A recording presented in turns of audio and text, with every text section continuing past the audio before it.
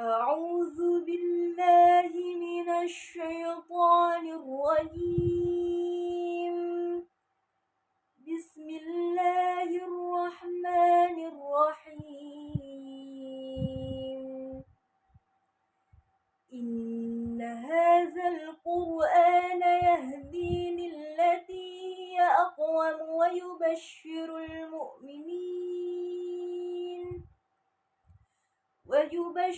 المؤمنين الذين يعملون الصالحات أن لهم أجرا كبيرا،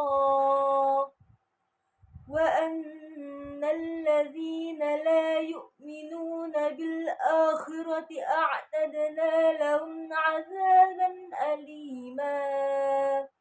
ويدعو الإنسان بالشر دعاءه بالخير، وكان الإنسان عجولا. وجعلنا الليل والنهار آيتين فمحونا آية الليل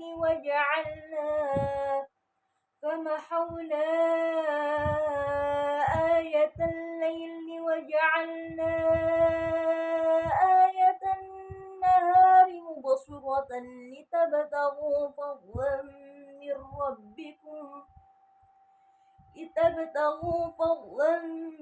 من ربكم ولتعلموا عدد السنين والحساب، وكل شيء فصلناه تفصيلا.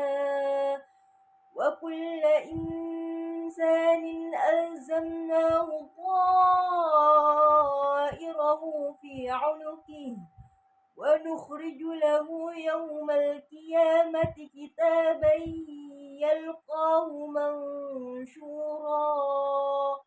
اقرأ كتابك كفى بنفسك اليوم عليك حسيبا. من اهتدى فإنما يهتدي لنفسه، ومن ضل فإنما يضل عليها، ولا تزر وازرة وزر أخرى، وما كنا معذبين حتى نبعث رسولا. وإذا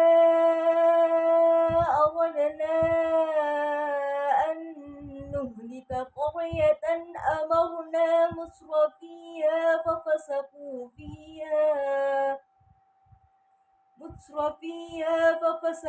فيها فحق عليها القول فدمرناها تدميرا.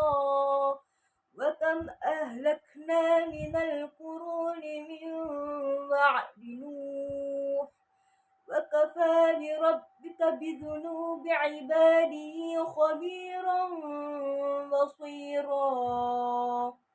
صدق الله